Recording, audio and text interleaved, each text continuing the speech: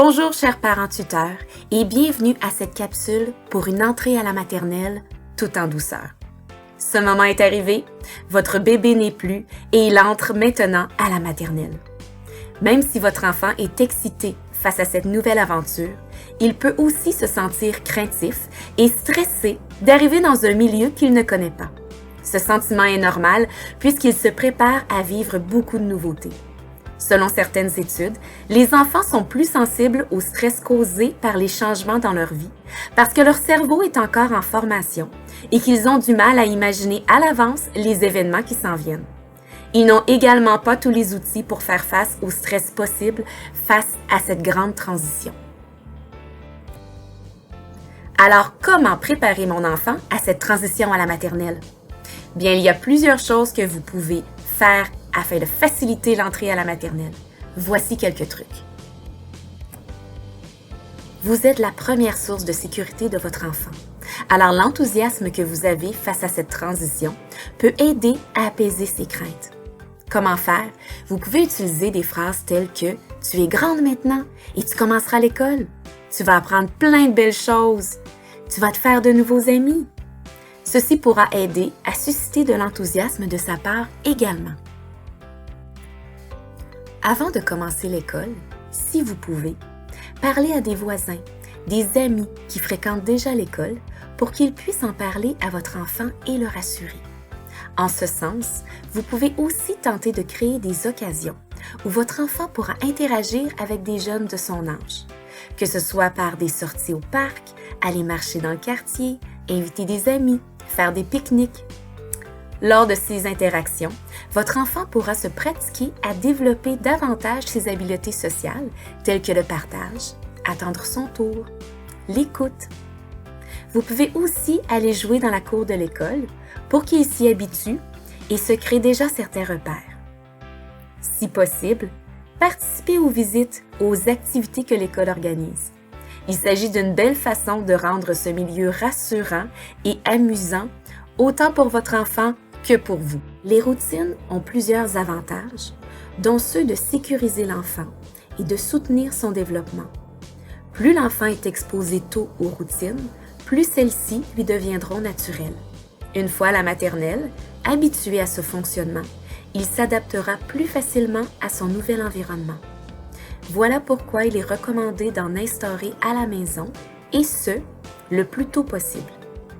Il est important de pratiquer les routines. Expliquez une journée typique à votre enfant lorsqu'il débutera la maternelle pour assurer une certaine prévisibilité et répondre à ses questions s'il en a. Encouragez et répétez la routine lors de la rentrée à la maison. Accrochez le manteau, enlevez les souliers par lui-même, défaire son sac d'école. Si vous n'en avez pas déjà une, développez une routine du soir.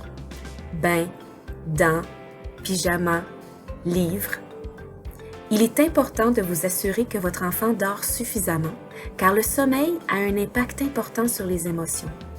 Vous pourriez justement remarquer au début de l'année qu'il est plus fatigué et du coup plus émotif, ce qui est tout à fait normal. En ce sens, limitez le temps d'écran, surtout avant la mise en place de la routine du dodo. Rappelez-vous qu'il est normal que votre enfant éprouve certaines difficultés au début. Gardez en tête que la mise en place d'une routine, comme toutes les nouveautés qui se présentent à l'enfant, nécessitera un peu de temps pour être intégrée et se développer tranquillement. Elle doit aussi être pratiquée plusieurs fois avant que l'enfant la comprenne bien et se sente à l'aise. Pour l'aider, vous pouvez lui demander son avis et lui offrir des choix, comme par exemple, aimerais-tu brosser tes dents avant ou après t'être habillé? Vous pouvez aussi procéder par étapes. Commencez par mettre 2 étapes à la routine, puis 3, puis 4, et l'appuyer à l'aide de pictogrammes ou d'affiches aimantées ou bien de comptines au besoin. Tout ce qui peut l'aider à rendre cela plus amusant. La clé est de répéter encore et encore en faisant preuve de constance.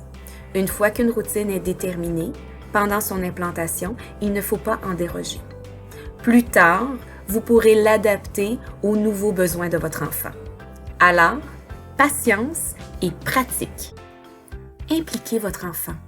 Encouragez l'autonomie. Par exemple, laissez votre enfant choisir ses vêtements la veille et laissez-le s'habiller seul. Oui, même si cela prend plus de temps. Pratiquez l'ouverture des contenants pour la boîte à dîner parce qu'il devra le faire seul une fois arrivé à la maternelle. L'autonomie est importante à développer et en impliquant votre enfant, cela pourra l'aider à se sentir plus en contrôle. Suscitez le sentiment de fierté. Laissez votre enfant choisir ses effets personnels, comme son sac à dos, sa boîte à dîner, ses souliers. Ce choix le rendra fier d'avoir ses propres choses avec des couleurs et des personnages qu'il aime. Du côté des émotions, vous pouvez aussi aider votre enfant à développer sa confiance afin qu'il puisse faire face à ces nouvelles situations. Normalisez les émotions et les sensations que votre enfant vivra, car il y en aura plusieurs et cela peut parfois être déstabilisant. Vous devez donc normaliser et le rassurer. Encouragez votre enfant à demander de l'aide. Vous pouvez justement pratiquer ces demandes selon divers besoins possibles. Que ce soit demander pour aller à la salle de bain, demander de mieux comprendre une consigne, demander d'être encouragé ou rassuré. Et moi, comme parent, que puis-je faire pour diminuer mon stress? Si vous êtes particulièrement stressé face à cette transition, sachez que c'est tout à fait normal. Que ce soit votre premier enfant, votre deuxième ou votre troisième, cela représente un grand changement pour vous aussi. Votre bébé grandit. Tout d'abord, vous devez en prendre conscience et éviter d'en parler devant votre enfant. Le fait de vivre du stress comme parent se ressent par les enfants. C'est ce qu'on appelle la résonance au stress. Donc, essayez de gérer votre stress et d'en parler à l'écart des petites oreilles qui peuvent vous écouter. Vous pourriez plutôt trouver un adulte comme un ami, un conjoint ou un membre de votre famille pour parler de vos inquiétudes ou émotions face à cette nouvelle étape. Vous pouvez aussi en parler à des personnes qui ont des enfants à l'école, qui ont justement passé au travers cette transition et leur demander conseil au besoin. Vous trouverez un document en lien avec cette capsule qui vous propose justement plusieurs lectures intéressantes qui vous aideront à apaiser vos inquiétudes. Il est normal que l'enfant vive un stress face à son entrée à la maternelle, mais il est possible, pour certains enfants, que le stress soit plus présent et qu'ils développent de l'anxiété face à l'école. On parle d'anxiété quand les peurs deviennent plus présentes. Quand votre enfant pense à des choses qui pourraient arriver, quand il se fait des scénarios et quand cela affecte son humeur ou son comportement. Vous pourriez justement remarquer des changements tels que plus d'irritabilité, plusieurs refus de respecter les consignes, ce qui pourrait être inhabituel chez votre enfant, de la difficulté à s'endormir, des cauchemars ou de la difficulté à se réveiller parce que le sommeil est plus difficile, une humeur plus maussade, des pleurs plus fréquentes sans trop savoir pourquoi, un appétit différent, soit qu'il mange plus ou moins qu'à l'habitude, des plaintes de maux de ventre, de maux de tête ou de symptômes physiques. Ce pourrait être aussi des demandes plus fréquentes pour votre attention ou de voir un besoin d'être rassuré plus fréquemment. Comment aider mon enfant qui ressent de l'anxiété? Commencez par parler avec votre enfant de ses inquiétudes, de ce qui lui fait peur ou de ce qui le rend inconfortable. Vous pouvez poser des questions telles que « Est-ce qu'il s'est passé quelque chose que tu n'as pas aimé? Comment t'es-tu senti? » afin de l'aider à mettre un mot sur l'émotion, que ce soit de la tristesse, de la peur, de la frustration. Est-ce que tu te sens comme ça à d'autres moments pendant la journée? Qu'est-ce que tu pourrais faire pour te sentir mieux? Ou s'il a déjà vécu une situation semblable, qu'est-ce qu'il a fait pour l'aider à se sentir mieux dans cette situation? Qui peut t'aider à l'école avec ça, afin qu'il se trouve des adultes de confiance vers qui il peut se tourner s'il ne se sent pas bien? Si votre enfant dit qu'il s'ennuie de vous, que la séparation semble être l'aspect le plus difficile, vous pouvez choisir un objet rassurant que votre enfant peut avoir avec lui à l'école pour l'aider à se rassurer. Ces petits objets significatifs aident souvent l'enfant à ressentir le courage qu'il a besoin et se sentir mieux.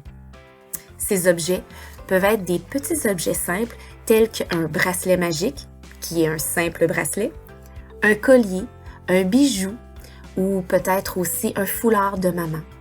Vous pouvez lui dessiner un petit cœur sur le poignet pour qu'il puisse penser à vous lorsqu'il le regarde et faire le même sur votre poignet. Ça peut être une petite photo dans sa boîte à goûter ou son sac d'école.